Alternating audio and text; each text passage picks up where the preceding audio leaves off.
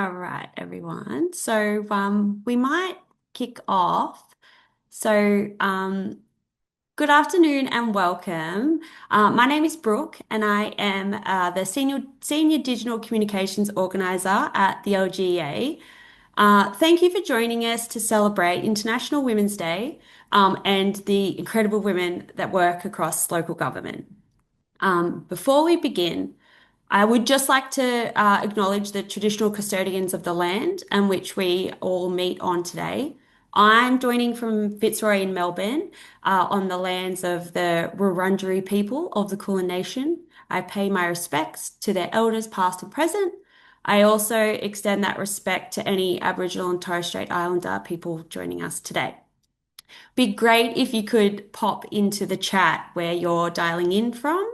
And with that, I will hand it over to Alicia Vasilengos to kick us off. Alicia is the Executive Officer and Principal Industrial Officer at the LGEA. I'm here. I'm sorry. I got too many tabs open. Um, Hi everyone, and I'm dialing in from Gaia Land in the beautiful northern beaches of Manly. And I'm delighted to welcome everyone today to this really special event. Um, we're a really proud female-dominated team in the LGEA amongst our officials. It's quite an unusual situation in the union movement, sort of generally, but particularly with a membership which is largely male-dominated. And we're very grateful for all of you for giving up your valuable time today to share your perspectives and to learn from each other as we celebrate the incredible achievements of women in local government and amongst our membership particularly. As Brooke said, I'm the Executive Officer and Principal Industrial Officer with the LGEA. I've been with the LGEA for, I think I'm almost at 20 years, which is terrifying.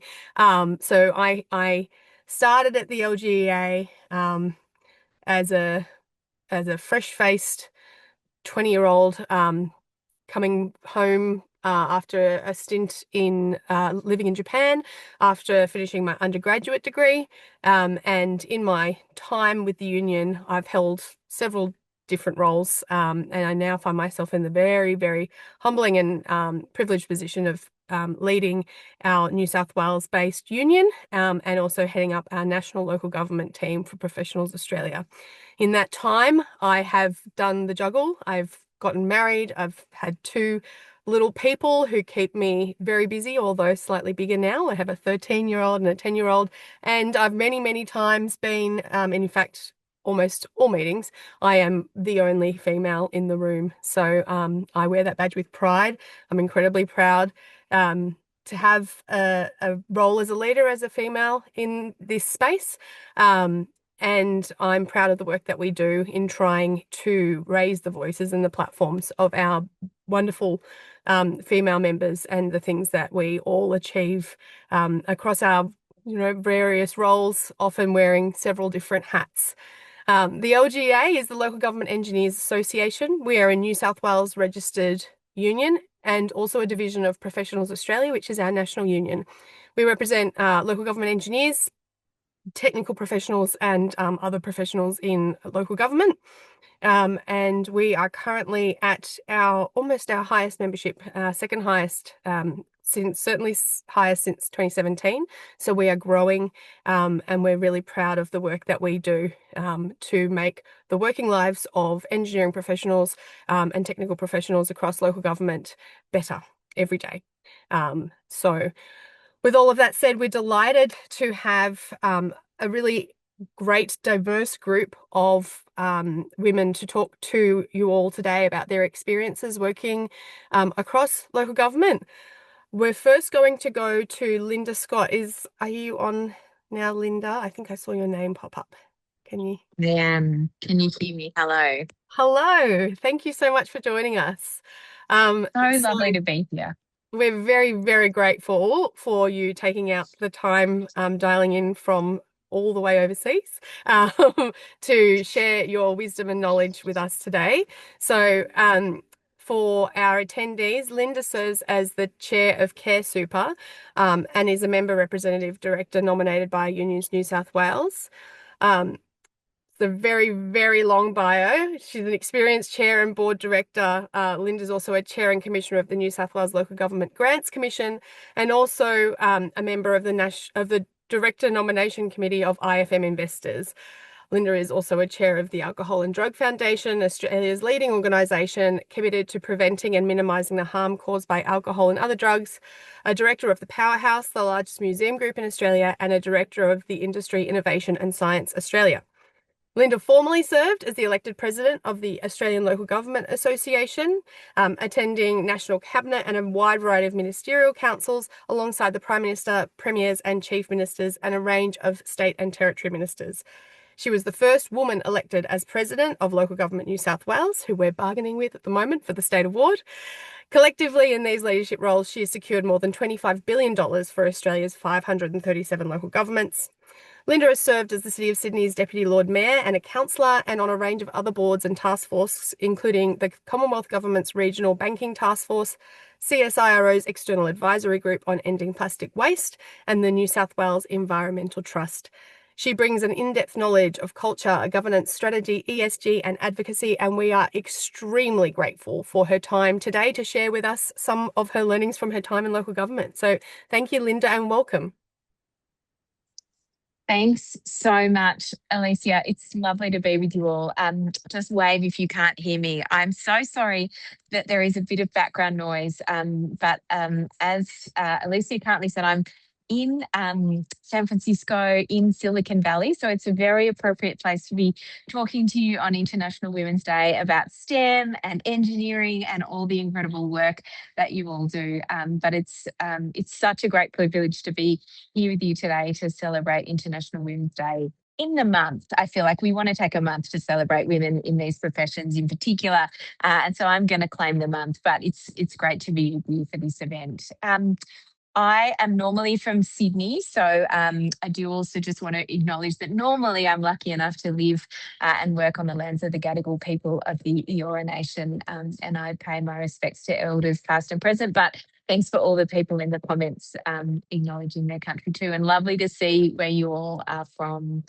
Well, look, the first thing I want to say is that one of the best things you can do, I think, on International Women's Day is be a member of your union or join your union. And I want to say that really loudly and proudly. I've been lucky enough to be a union member from when I was very young, and I've been proudly served by my union for just so many decades, and I'm so grateful for the work they do. So thank you in particular to those of you that work at the union. Thank you who bargain and do all that incredible work for your members. It makes such a difference to the lives, particularly of working women. And we now have a majority of women in unions making up our union membership in Australia today, which I think is pretty spectacular, but shows just how smart women are when it comes to knowing what's good for them. So congratulations, well done on being members of your union. The second thing I wanted to say is that it's so lovely to be with a group of women like this who, I don't know all of you, sorry, but I imagine like me, spend a lot of your working lives in rooms full of men. And I had the privilege, as Alicia said, of being an elected councillor on the City of Sydney for 12 years. I had a year as Deputy Lord Mayor, and part of that journey was to be the President of Local Government New South Wales and then the President of ALGA. But actually, my sort of journey in local government started quite a long time before that. My father was an environmental scientist, and I grew up in Canberra. And he worked at this thing called the National Capital Development Authority. It was essentially the local government of Canberra. And so I would go off to school with my lunchbox and have grapes in it, and he would make us like save the grape stems and bring them home. And because I'm so old, it was literally before computer modeling, and so he would use them as the trees in the kind of park designs that he would do on our lounge room table. Whenever the authority needed to do consultations on like playground equipment, we were kind of the token focus group children. Like we would get taken to the consultation and try out all the equipment for the parks and things around Canberra. So I was so lucky to grow up in a household where local government was just everything that there was. It was what you did, and it was so important. And I could see its incredibly practical benefit of how it could have such an influence on making people's lives better, you know, through all the parks and the playgrounds and, you know, all the open spaces and all the services that they provided. So I grew up thinking that that was, you know, completely normal and a wonderful thing to do. And then I moved to Sydney to go to university, studied psychology, joined my local neighbourhood centre, became the chair of that because I wanted to volunteer. And soon, you know, people were asking me to run for local government in New South Wales. So, yeah, I was incredibly lucky to get into local government with the encouragement and, you know, voting support of my community. The City of Sydney, the council there does look a little bit different. There's a lot of professional women. We still didn't have a woman running the planning department. We still didn't have women running the operations director roles, much to my disappointment. But we did have a female CEO. It wasn't really until I was elected as the president of local government New South Wales that I just realised quite how male dominated the industry was that I'd been elected to represent. And to cut a series of long stories short, and I'm sure you've all had these experiences. It was hilarious to walk into the rooms of so many meetings, or so many events, or so many conferences, and have people say, "Oh, amazing! You know, where's the president?" And I would always say, "Oh, I don't know. Like they must be coming soon." And then someone would introduce me, and I'd get up, and this man would look horrified and sort of, "Oh, you know." So it was just a joy to be able to sort of be the female face of local government in New South Wales, but it was incredibly unusual. I travelled to 128 New South Wales councils. It was such a privilege to be able to go and see how councils worked. But yeah, you know, as you all know, I don't need to tell you, you know better than me, a huge majority of male elected representatives, men in senior leadership positions. We worked very hard on a series of things, including at the request of your unions, introducing domestic violence leave into the local government award, because I certainly felt that that was a very important request to agree to from the union, and we made sure that happened. We worked very hard to get superannuation introduced for elected members, because at the time, lots of women I knew just simply couldn't afford to run to be elected in local government because they couldn't live without having a superannuation benefit, let alone the pay that you get, which in most regional councils in particular is pretty difficult to live on. And we introduced a range of other changes to try and just make the working lives of women in local government better. So, for example, the first campaign we ran, which was very controversial, was a libraries campaign to get the New South Wales government to double the library funding. I'm not sure that local government New South Wales had ever run a campaign on libraries. I don't think they'd ever done too much on community services at all. They had a lot of staff doing work on it, and they did a lot of submissions. I don't want to say anything bad about the staff. They were incredible, but the issues that made it to the board, the issues that made it in the public domain, were so often not about the services of council. They were not about, the kinds of infrastructure that women frequent. And so, anyway, it was great fun to be able to run a big campaign. We had 121 of 128 councils pass a motion to call on the state government to double the library funding. and we were able to get that achieved in the first year. And then we just went on to do all these other incredibly fun bits of advocacy for councils on recycling, on waste, on environmental protections, on infrastructure, on roads, on a whole range of other things. But hopefully we left a couple of things there for you all to make your working lives easier, thanks to your union. And hopefully we were able to leave a couple of things too for elected women so that they could run in future. I left with more women in elected office and more female CEOs than when I started. And the local government New South Wales recruitment company that we ran as part of our industry services to councils started to do gender balance across their panels to make sure that when they put a panel forward to council of applicants to jobs to be CEOs or directors, that there was more of a gender balance than I started. So hopefully there's more opportunities for you all now. But I guess I just wanted to finish by saying I was in local government for 12 years. It was an absolute privilege. I can't leave. Literally, my nickname is Local Government Linda, even though I'm not elected anymore. My children think it's very funny, but people still introduce me and say this is Local Government Linda, and it's a great honour and a privilege. I still have the honour of being the Grants Commissioner, although everybody in local government has my mobile phone number, so that is sometimes a bit of a challenge when people call me to advocate individually. But I'm now a board director, so I sit on a range of boards, 8 boards, including a superannuation fund, and including the Powerhouse Museum, a science and technology museum, and as Alyssa said, including a federal government board that advises the federal government on innovation. And we award all the industry grants to companies to help them. But still, I see too few women in all the rooms I'm in. I see too few women in boardrooms. I see too few women in elected office. I see too few women in STEM. I see too few women in so many areas. I trained to be a psychologist, and one of the most common research findings in psychology, and again, I'm sure you all know this, is when women see a job description, they look at all the criteria and they think, oh, I meet 4 out of 5, I won't apply. And I know this to be true because it's true in the research, but I know it to be true too because I would be on the other end of the phone calls.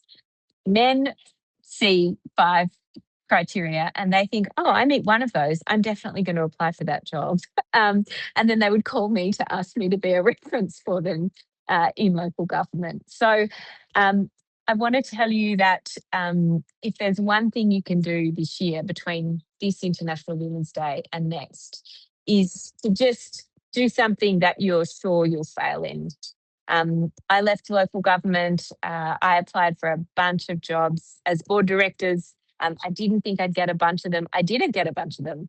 I failed so many times, I can't even describe to you. I applied for a bunch of things and I never heard back. I just failed and I failed and I failed and I failed. But I've ended up with these incredible positions, a number of them volunteer, a number of them paid as a board director. And it's through just finding a way to trick my brain to be relaxed about failing. Because to be honest with you, I don't think there's been a role that I've ever applied for that I felt confident or like I was, sitting in a comfortable seat, suitable, skilled, qualified for the job. I hope that not all of you feel like that, but I certainly, when I've spoken to women, seem to notice that it is a factor. It is an issue when women ring me and say, I can't apply for this. Or often I'm ringing women saying, hey, you should apply for this. And they're saying, no, I can't. I don't fit all the criteria. So, my advice to you this International Women's Day, and I'm sure many of you are doing this brilliantly anyway, is please do something where you think you'll fail this year.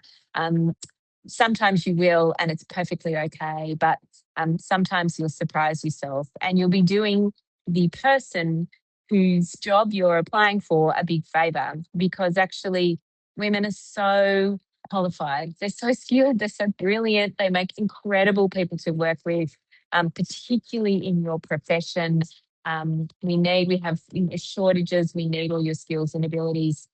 It's okay. Some places won't know, they won't need you. That happens to me too. Don't worry about it. Just keep failing, keep failing, because someone will recognize the brilliance in you, and it will happen for you too. So thanks for all the incredible work you do in the public interest. I am such a huge fan of local government. She froze for me. I thought it was my end. Yeah, so did I. Sorry. Thank you so much, No, Linda. that's okay. Sorry, that did freeze. I don't know what happened. My apologies. I don't know when No, it froze. Anyway, thanks for that's having me. okay. Happy International Women's Day. Thanks for all the work you do for communities and the public good. Thank you so much, Linda. That was amazing. Like, we're so grateful to have you join us. And yes, that was amazing and inspiring. Happy International Women's Day for yourself as well. Thank you. All good. Thank you. No problem. Um, all right, so thank you so much for that. But we might move into the panel discussion now. So the aim of this part of today's event is to have a relaxed and conversational discussion about women's experience across local government.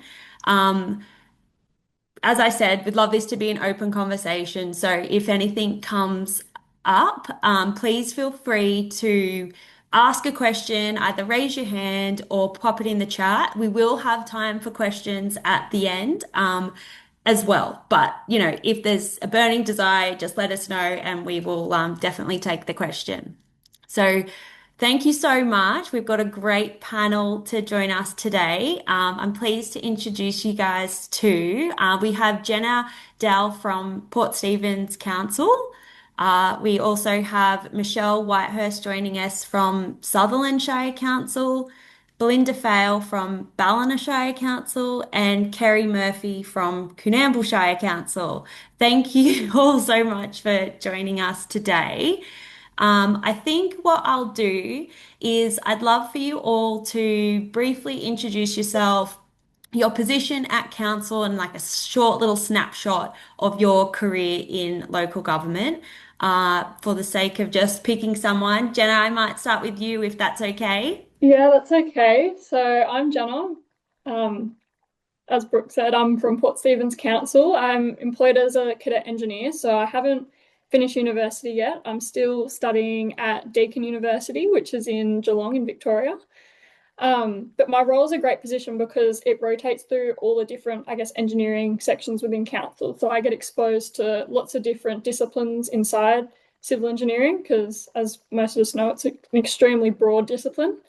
Sort of to help me find my own way, but to rule out what I absolutely don't want to do, which I think is really great. And to have the opportunity to work out, I guess, where you want to fit. Like, I know obviously that I want to do engineering and I'm super passionate about it, but working out the exact area of engineering I think is important, especially valuable to someone my age too. I'm only 23, so working that out at my age is probably more valuable than going and spending 4 years at uni and then spending the rest of your life trying to work it out and stuck in a position you don't enjoy, I guess. So the cadetship's a great opportunity, not just for the experience, but I guess financially as well, like having the opportunity to graduate debt free. Not many young engineers can say that. But I've actually been in local government for 5 years. I started in an admin role. So when I finished school, didn't really know what I wanted to do. All my friends did, and I felt like an absolute anomaly for not knowing. So instead of going straight to uni, I just went and got a job at my local council in an admin role. And that role was in supporting the engineers in the council, which was great exposure. So I got to see sort of firsthand what they do. And I guess, to use Gen Z term, got a bit of FOMO, and decided that that was really what I wanted to do and that's what I was interested in. So really lucky way to fall into it. And local government was really a big player in, I guess, pointing me in that direction. And I definitely wouldn't have ended up where I am now and doing what I'm doing without that opportunity. So very important. Yeah, wow, that's amazing. Thanks, Jenna. Michelle, would you like to go next?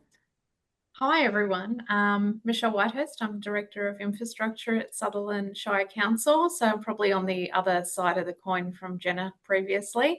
I started at UTS as an engineer, doing engineering, civil engineering there. My first lot of work experience was actually at another council doing driveway inspections. So Jenna, you've probably done a few of those in your day.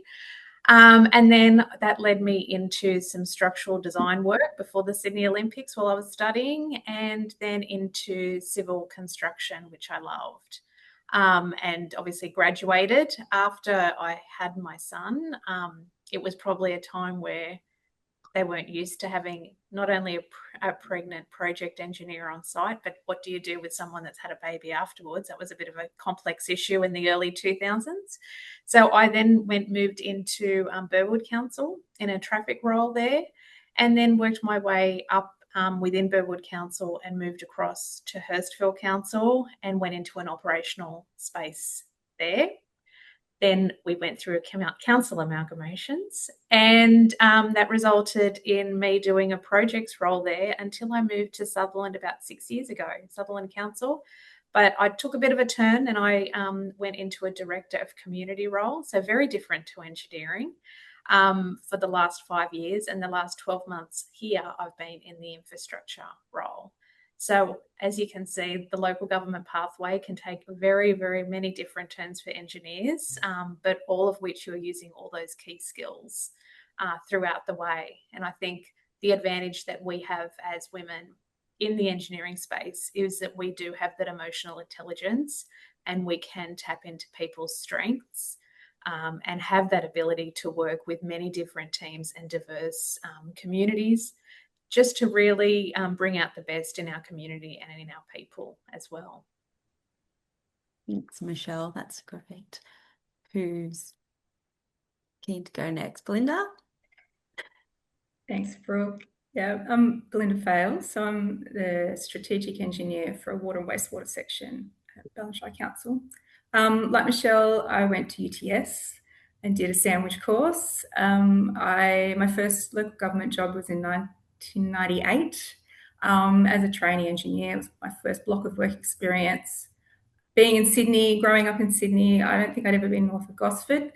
And I just was end of my first year uni. I really wanted an adventure. So we had a job board and there was a job going at casino. I didn't know where casino was, but that's where I sort of ended up. And I loved it. I really loved being, I did lots of stormwater pipe inspections and things that you probably, all the trainees get to do.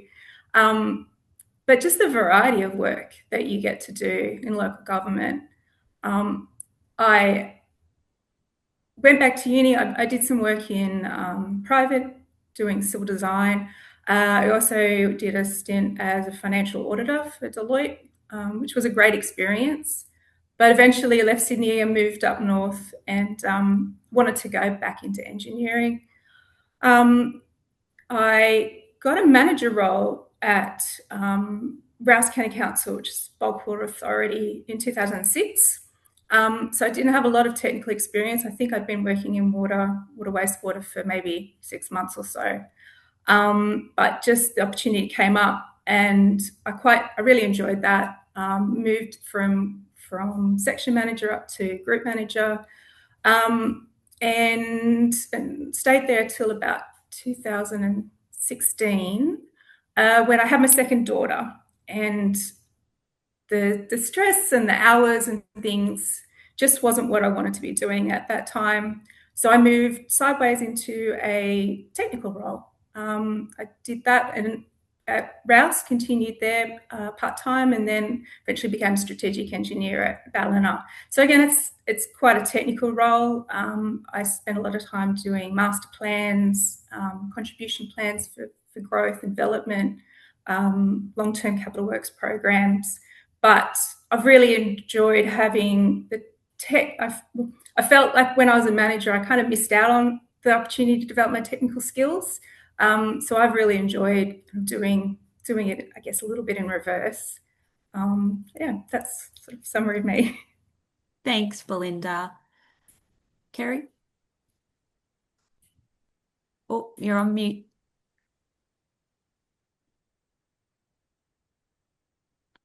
What's that? Kerry Murphy. I'm currently the Director of Infrastructure at Canberra Shire Council. So my, I guess, commencement in local government, I was in my late 20s after being a paralegal for 10 years. I had a 2-year-old daughter and a 3-month-old son, and I was asked to go and be admin, the PA for the Manager of Infrastructure, Manager of Engineering at Warren Shire Council, way back in the early 2000s. From that, I ended up being the GM supporting everybody else, and then a trainee engineer position came up, which I applied for and obviously was successful in. So I started my associate degree early in 2005, and did that while raising 2 little children. And after finishing that, I was offered a role at Narromine Shire Council as a services manager, where I looked after everything but roads, basically, sale yards, water and sewer, parks and gardens, aerodrome, anything that you didn't drive on, basically. I was there until 2018. After I'd finished my degree, I went back and finished that after raising kids, obviously. Did a small attempt at private enterprise for 3 months, and then I ended up being Director of Infrastructure at Narromine, Surrey, after my time there. Then worked at Dubbo Council as a senior projects engineer. It was a nice change, similar to Belinda, got my hands on, back into getting my hands dirty, managing projects and managing grants and working with people as opposed to managing the people, which was great. Then got a manager's role there after my manager left, which was also great. Got me back into where I was before the role at Canberra came up, and I stupidly at the time said I missed the politics of being a director in local government, and put my hand up for the role, and I've been here for 3 years. So look, yeah, local government is a challenge. Being an engineer in local government is a challenge, but being a woman engineer in local government is probably the greatest challenge. And we've all spoken about being, the only woman in a room. We've all been there. And I think the power of these sorts of things are to make sure that everybody knows that it's not about, being the only one. It's about being one of many. And that's probably the best part about these things, where you can share all of that as well. Thank you, Kerry. That's amazing. I really appreciate to all of you sharing your journeys. Like, I love hearing the different pathways and roles that members and women in local government have to kind of, navigate through. So that was amazing. I guess we'll kick off now with like some of the prepared questions that I had for you all. But yeah, we can, add questions or whatever as they come up. So anyone wants something to ask, let me know. But firstly, I guess since you've all already shared your journey, what is something that you feel has helped you grow as well as stay in local government? So yeah, I would love to know your input on that. Jenna, I am not picking on you, but maybe you can go first. Feels a bit like this, Brooke. No, I'm kidding. I guess as a young person in engineering and being a woman, as everyone has experienced and has said before, you get end up with all the shitty jobs. But I suppose the reason I've stayed in local government is because it's just so supportive. I've never felt, I guess, left out in the lurch as a young cadet. I've always had someone out with me if I've needed them. That everyone's always had my back. And I guess, why would you leave something that everyone's got your absolute best interest? Thanks, Jenna. Yeah, I'll jump in, Brooke. I really agree with that with Jenna. I mean, having good mentors has been really important for me.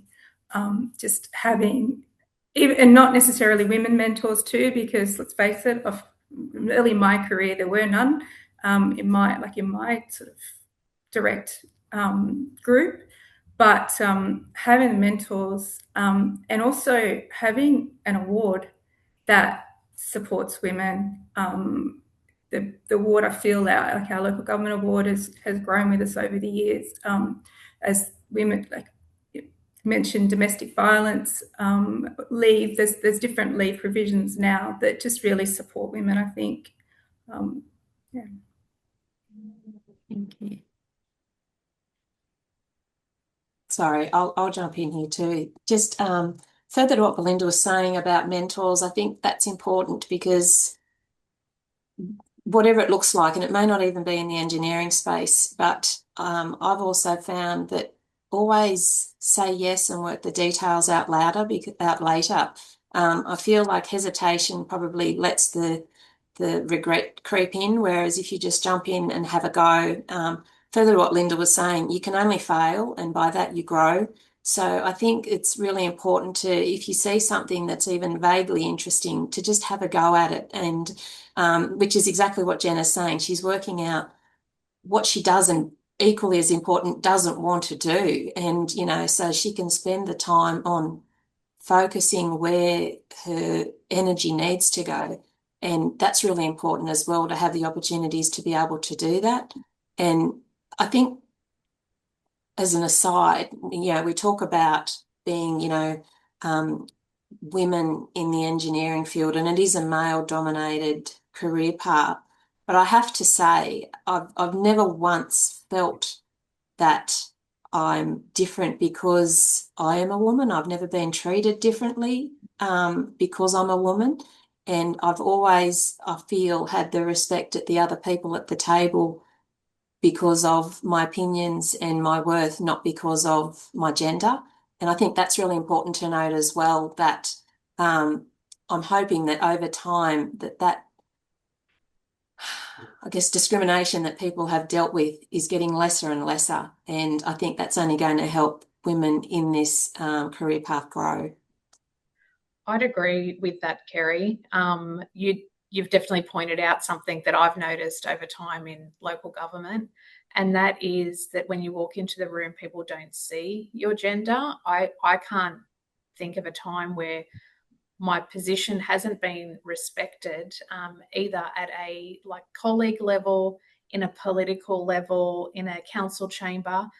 That has never come across. It's been quite a supportive environment, and I know friends that I have studied with over time, and their experiences are very different in different organisations as women and in engineering field.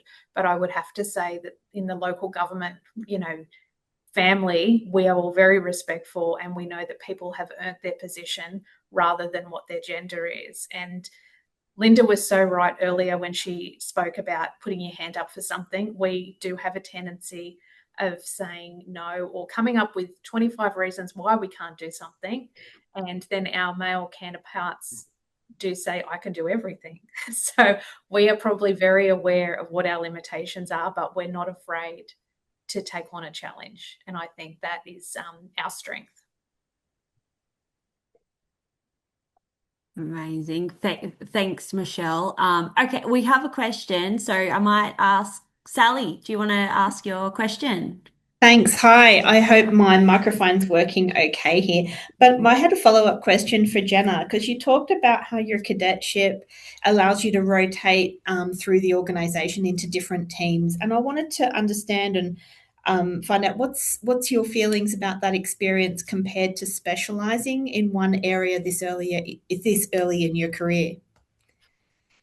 In all honesty, I love it. I love the idea that I can get exposed to so many different things. I mean, I've only done 3 rotations so far. So I've started in civil asset management. So that's sort of long-term planning and reactive maintenance. I've done flooding and drainage analysis, traffic management, and I'm now in development engineering. So that's such a broad, I guess, spectrum of different aspects of engineering that if I was to specialize in one area, you would struggle to sort of see the big picture, if that makes sense. I mean, out of those 4 things, I've definitely identified stuff I don't want to do, and I've definitely found things that I'm really interested in. So I think as a young person, it's good in a sense to see the bigger picture and get a broad feeling of well, engineering isn't just flood modeling and it isn't just road construction. It can be a large range of things. And I think that's important as a young person to understand early rather than, I guess, getting fixated and, I guess, locked into one specific area. Thank you. That's okay. Thanks, Jenna. That kind of is a perfect segue into my next question. But just for the panel, is there anything, that you kind of wish you knew at the start of your career in local government, or, something you would go back and tell, your younger self with, pursuing your career in local government? Oh, that's a good one, Brooke. I think I would tell my younger self to back myself a little bit more. And I think, as we mentioned earlier, we all have that tendency to default into what we can't do rather than what we can do. And by having that confidence, it really does set a tone when you walk into a room. You might not know all the answers, but the key to a good manager or director is to employ the people that know the answers for you. So back yourself and have that confidence and try something new. It like stretch yourself and challenge yourself. Like local government is such a wonderful environment to be in at most of our councils, where you can try something very new, whether it be a secondment or an acting position, where there is no real risk involved. You can just take that chance and see if you like it. That Jenna's doing that now as an undergrad, and we probably should do that more as we work our way through the hierarchy, I would suggest. Belinda? I thought about this a lot when posed it, and it's the same. It's I wish I knew back then my worth, and that idea of what's the worst thing that could happen? Just I wish young person me knew that you don't have to tick all the boxes to have a go, and really, what's the worst that could happen? So just understand my worth. I agree too. Sorry, I think further to that though, it's okay to fail and it's okay to be wrong. It's okay to receive that constructive criticism, because at the end of the day, it's an opportunity for learning and it's an opportunity to improve. So I think you don't know, I always say to my kids, if you don't ask, you don't receive. So if you aren't giving yourself the opportunity, you're not going to know whether or not it's a good or a bad thing. So that's probably the other thing too. Just have a go. Don't know what you're capable of until you try. Yeah, exactly, Belinda. Oh, thank you, Sally. Yeah, another question from you. I suppose I had a question for Linda, but she hasn't stayed on the call.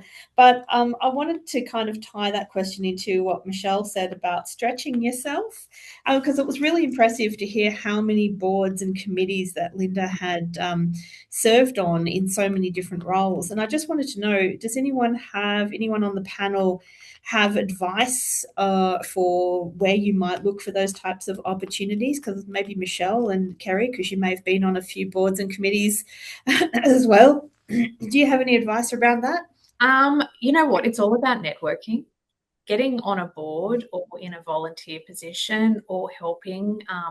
I worked a lot at UTS before COVID, and I used to do casual work at UTS. Which was fantastic. It was the best. It was really the best thing. It was like re-energizing my uni days. I was, obviously not as young as the other ones were, but it gave me opportunity to see the new generation coming through. So it is definitely about providing that connection. And you do have all these people on the call today, so you've already made that first step to connect and build and grow. And all those networks that you have, whether they're the region of councils in your area, turn up to those meetings, get to know your peers at other councils, and you build those relationships. And that's how the doors open, and that's how those opportunities are presented to you. That's exactly right. I think about my time. And, over the time, due to that networking and, again, saying yes and working the details later, I've been on the Water Directorate. I've been on the board for Net Waste. I was the chair of the local Macquarie Water Utilities Alliance for many years before I left Narromine. So it's all about that networking and just having a go and putting your hand up. And what you find from doing that is that not only do you strengthen the networks that you have, but they then grow, and then people from that you've never met have heard of you. And so when you do finally meet them, there's always a subject matter to discuss, because they're like, oh, I remember when you were talking about that. And I think that, again, it all comes back to just having and backing yourself, just putting your hand up. And at the end of the day, what's the worst thing that can happen? It's all about opportunity. And I think we need to take more risks when we're trying to get those opportunities. I've just seen a question come through about, sorry, Brooke, No, about go for it. about the mums and struggling with young kids. Yes, as I said, I was doing my degree with little children, and it is a struggle. My husband was also doing an apprenticeship at the time, so I was a trainee, he was an apprentice. We had two little babies. But it's interesting what you're capable of doing when you put your mind to it. It's all about, setting the tasks and getting it done. And I did. And, I graduated with honours after doing all of this with babies. And it took me a bit longer, but it's just that you just need to have that tenacity to do it. And I think, as an aside, both of my kids have now grown up with this amazing work ethic and these organisational skills, and their appreciation for being able to be the best version of themselves, because they've seen both their parents do that as they were growing. So I guess from my perspective, I wouldn't change a thing. Yeah, mine was similar. So after I had my son, I went into local government, and to be honest, it was never really an issue that I had a baby. And then I had my daughter 5 years later, and I was in a higher role then, in a leadership position. They needed someone back to help them. The backfilling arrangement didn't work. So back then, she'll be 20 this year, so we're going back a couple of decades now. They just said, bring her in. We need someone at traffic committee. So this poor newborn child would be taken to traffic committee. And to be honest, if it wasn't for my director and manager taking her and looking after her, and the counsellors being okay with that, back then, that would not have happened. So for me, it's creating that space in a work environment where, if that happened for me 20 years ago, surely we can do better now. And that's why I think it doesn't matter what parents are having kids in the workspace, we can adapt to that and we can provide that flexibility. And Kerry was right. I've got two kids that have seen us both study at home as well. And knowing what you can achieve, both of them, one's gone into construction, and for him, it's normal for a female to have a position of authority in that space, because that's what he grew up with. My daughter, on the other hand, she's gone into politics, so I can't help her there. That's probably her rebelling against what I've brought her up to be. But I think it's just leading that way and knowing we can do better for the next generation as well, and be supportive. Okay. I think it's also important to know that you have choices. My experience when I've had children is a little bit different. So I was already in a leadership role, and then got a senior leadership role with, I think my eldest daughter was 11 months old when I went and took on that role. And I found it really quite difficult coming home, getting the kids to bed, doing all this thing, and then getting the laptop out, continue to work. And it took its toll on me. And I think I did burn out after a time. If you've not got family around you, or a partner that can take on the bulk of, or a lot of that mental load of childcare, there's the physical side, but there's also all that organising after school activities, and have they got their lunch boxes and all those extra things that you have to take on. It's okay if, and local government allows you to have flexible work, to drop back to 2 or 3 days a week if that's what you can manage, and still keep your foot in the game. You know, still, like I by doing that, I stay active in the industry. I'm aware of what's going on. I haven't gone backwards. I haven't necessarily moved forwards, but I'm happy with that. And now my children are 10 and 13, same as Alicia's. Got two daughters, and now I'm feeling like I'm come full circle, and I'm ready to re-engage and take on more, because I know that side of, you know, those girls are growing up, and I have more space to be able to do that. Thank you. I'll just see if there's any other. Is there anyone got a question? If not, I can go to some I prepared earlier. I think Lisa put Oh, something in the chat. right. She's put in, why do we not think we're not doing better to adapt for women in the workplace? I would say I just think always improving on what we do for each generation, but also understanding we're in a position and we're now going through in our community that whole circle of life where sometimes we have younger kids and we also have older parents that we care for, and really understanding the impact that particularly has on women who often will take that lead role in nurturing their elderly parents as well as raising smaller kids. So I think by just having a bit of compassion and understanding and an open dialogue for, you know, your colleagues or your teams, and so they can reach out when they really do need that support and have those conversations with you. So I think just having more empathy and compassion is probably what we can aim to achieve as women as well.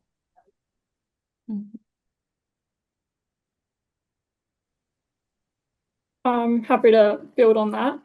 I think specifically in the workplace, through my experience, every woman that I've met in the workplace is exactly the same. We're all driven, we're all committed, we're all highly motivated. It's come more so for me from people outside of the workplace and socially with friends. I mean, I've had other girls say to me, "Oh, you just want to hang with the boys, and that's why you've gone down this path and that sort of stuff." And that's not necessarily true. It's just where I found myself and I found a career that I enjoy. And I think that's the mindset that needs to change in a way too, is that like we're supposed to be girls, we're supposed to support each other. And for the most part, people are really good. And the people in the workplace, specifically in engineering, and other female engineers, we all get it. But it's more so the people outside of that they're all for, I guess, women in male-dominated fields until they're talking to a woman in a male-dominated field. And then it becomes the whole, oh, you're a pick-me, or you just want to be one of the boys. So I think it's in a way changing the outside perspective. And I don't have any ideas as to how we do that, but I guess changing the outlook is like, come on, we're supposed to be girls supporting girls, we're all in this together. Doesn't matter what career or what path you've gone down. I think that's a pretty good way to start. I think that's exactly right what you've just said, Jenna. And I think some of our, talking from women engineers, some of our greatest detractors are other women. And it's a difficult thing to try and address because, you know, we spend so much time and energy in trying to break down the barriers between men versus women.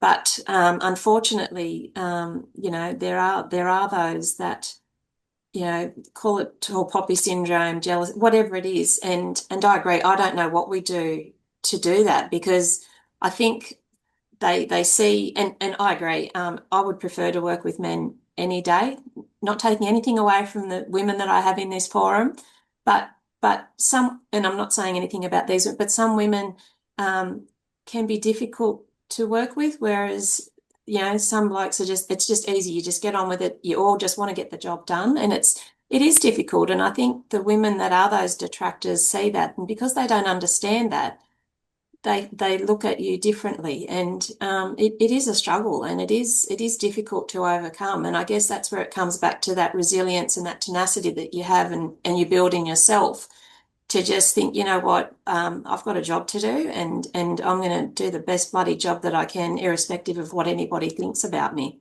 And that's kind of where you get to, I suppose, over time. To sort of carry on from Kerry, I've never had a male in the workforce of the industry question me being in this industry. I've only ever had women question it, and I think that's quite telling. Yeah. That's very disappointing to hear, Jenna, that that's the comments that are outside of the industry. So I think you should also know that as an industry, we do support you in your role.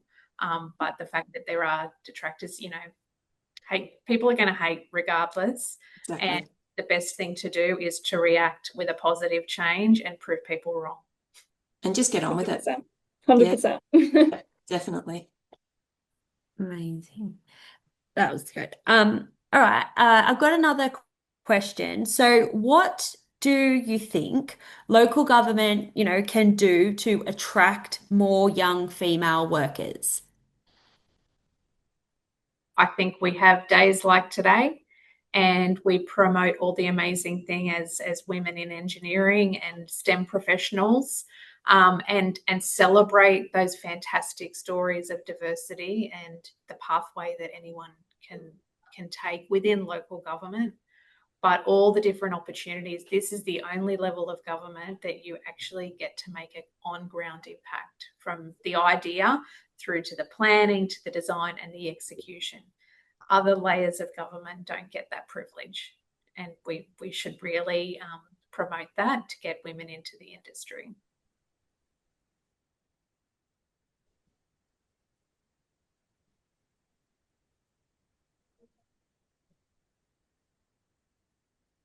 Well, I'd really love to see more women in supervisory roles as well, in those sort of non-traditional areas like trades and operations. I mean, there are a lot more women in engineering roles now, those sort of technical roles, but in my council, and I assume it's the same, there aren't very many women that are out working and leading teams in the field.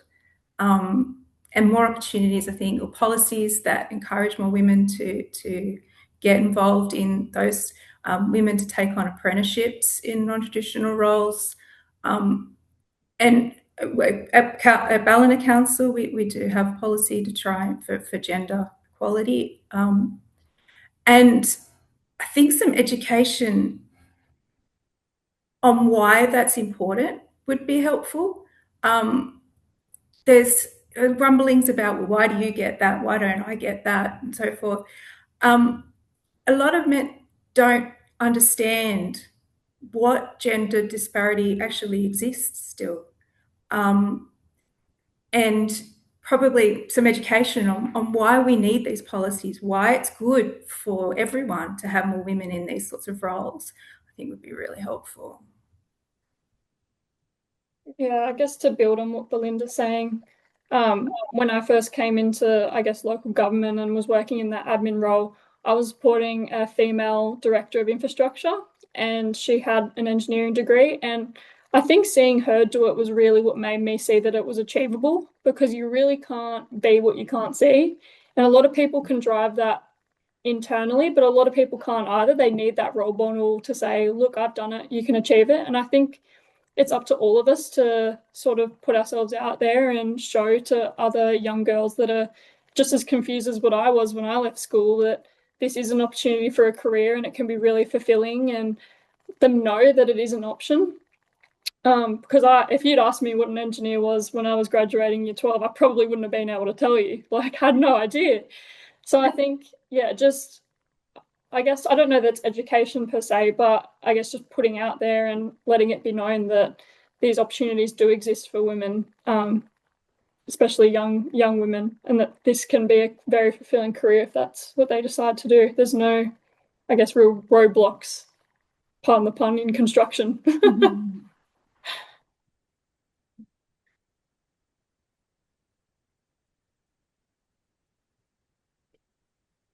Have we got any more questions? If anyone wants to turn their camera on and ask a question of the panel, that would be great. We would love to get some of our attendees more involved before I move on to a pre-prepared one.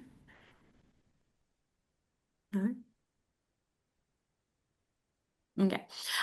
So I guess another question, and I mean these questions are all kind of feeding into themselves and along the same theme, but do you have any, experiences of things that you've kind of witnessed or been a part of that you feel has or would make a real kind of practical difference for women coming through local government to, maintain their careers through, as you've said, you have like Jenna and then you have the like maternity, parental leave, having kids, all that kind of thing. Have you got any just share your experiences for making a practical difference for women to come through local government. I think my cadetship is a really great example of how a woman can be encouraged into local government and into engineering. Because to be honest, I probably wouldn't have pursued it if the opportunity wasn't available.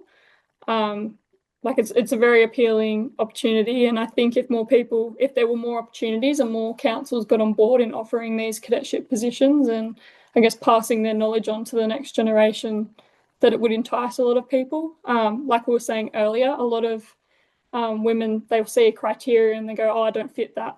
A cadetship's the most entry level engineering position you can offer, so any young woman that sees that will think that that's something that they're capable of.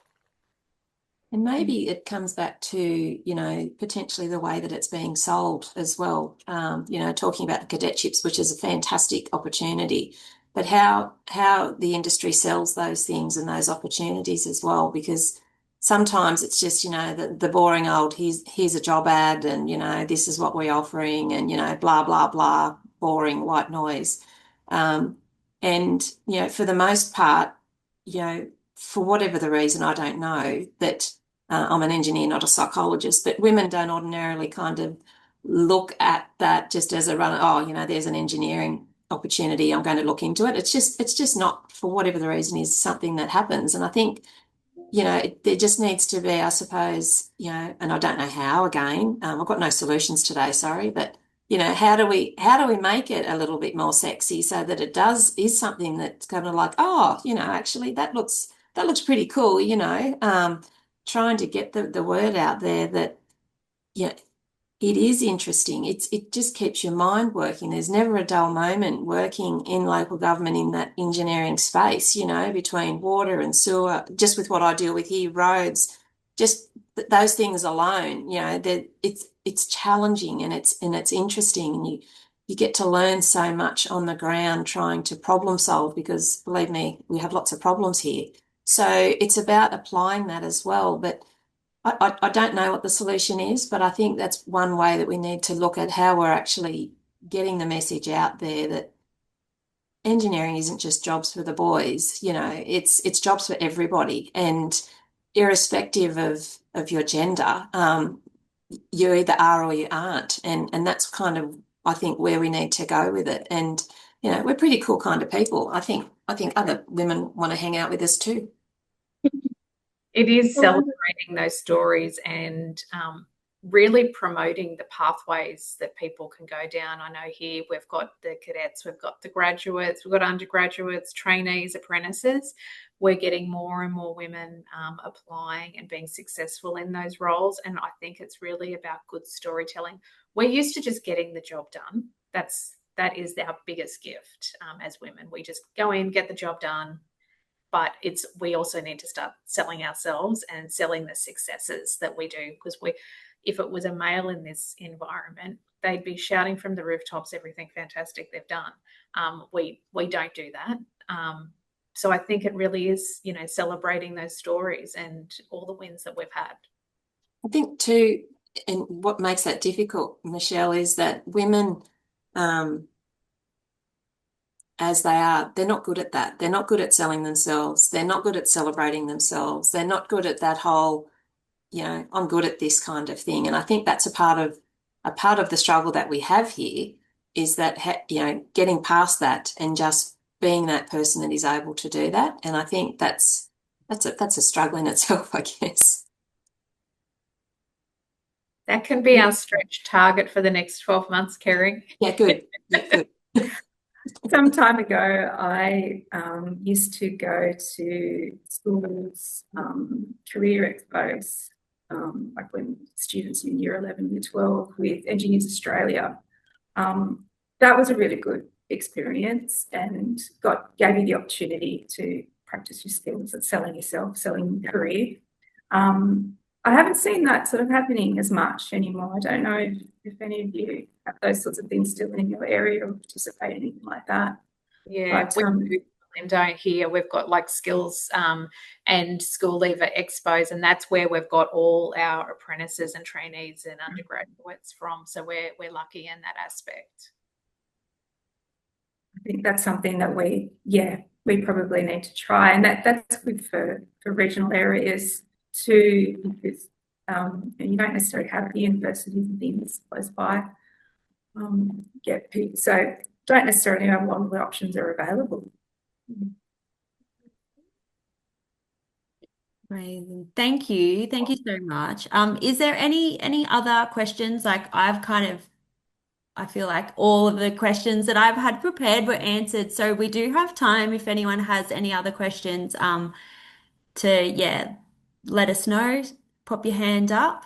Now's your chance to kind of, ask away.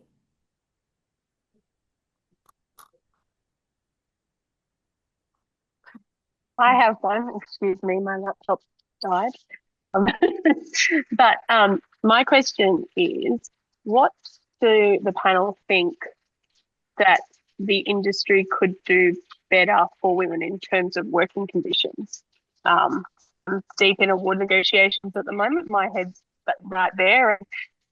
We can't sort of add new claims now, but a big part of what I do, obviously, in my job in negotiating these things is to think about what's missing or what could be improved. And does the panel have any ideas in that space?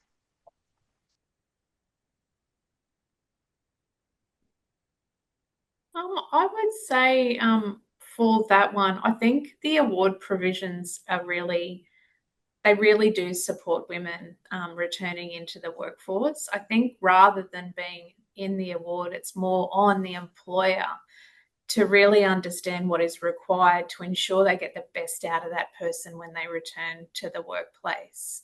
So it's, I think, a good partnership between the employer and the union can really set that tone for any workplace and ensure that everyone is being treated and all their needs are being met as they return in, because you don't want to lose those great skills that a person brings to an organisation, and you want to support them because you know that loyalty and that their work ethic will always pay off in the end and be the best for the community. So I think the existing award provisions allowing people to return to their workplace and in an arrangement that suits both parties, I think they're really beneficial and something that I wish I had back when I had my kids as well. I think too, as a part of that, the introduction of the health and wellbeing leave as well, I think has gone a long way. I think there's still some work to be done by councils, not necessarily the award, of how they apply that health and wellbeing leave, because I feel that some councils make it quite difficult to take that health and wellbeing leave, and that's a kind of a procedure as opposed to anything else.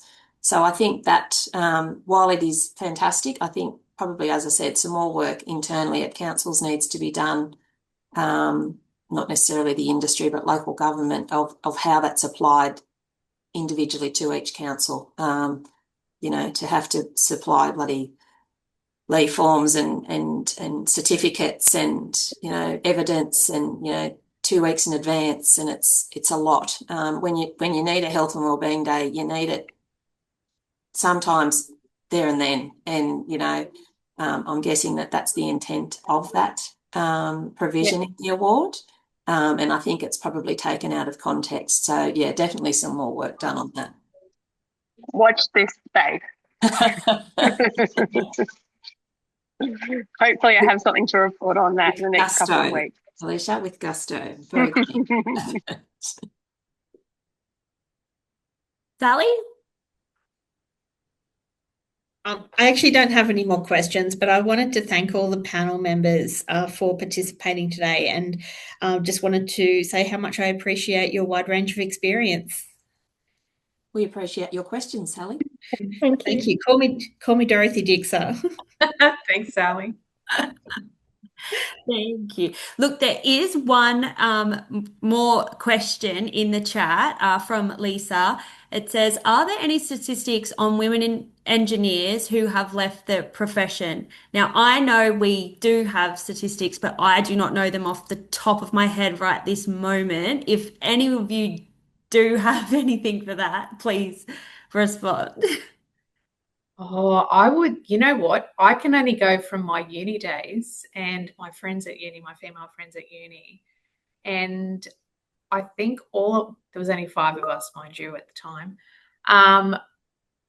All of us but one left engineering, but she ended up writing the maths curriculum for the HSC. So she's still sort of in the STEM space a little bit, but she left engineering as such. So I think, and that was based, it was all about having kids and different time in her life. So when she went back into the workforce, she actually got a teaching qualification and went into that space. So still used it and stayed in sort of mathematics. But I think by encouraging more people to stay and really nurturing people's skills within local government, we would see a reduction in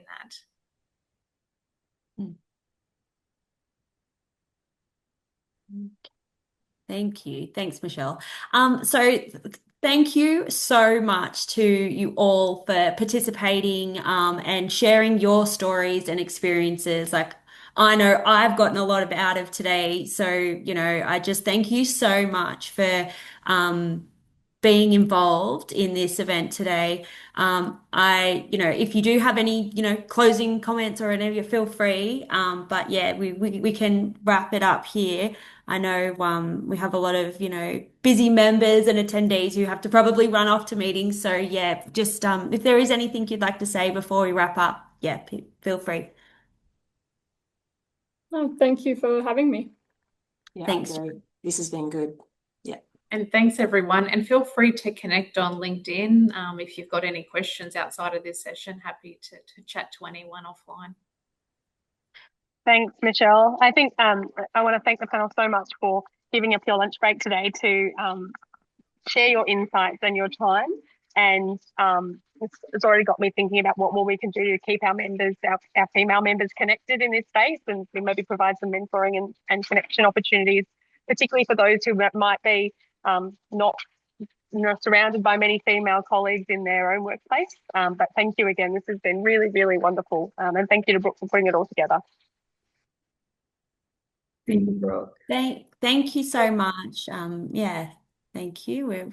We're all good. Thank you. I'll finish the meeting now. Have a great afternoon and rest of your day.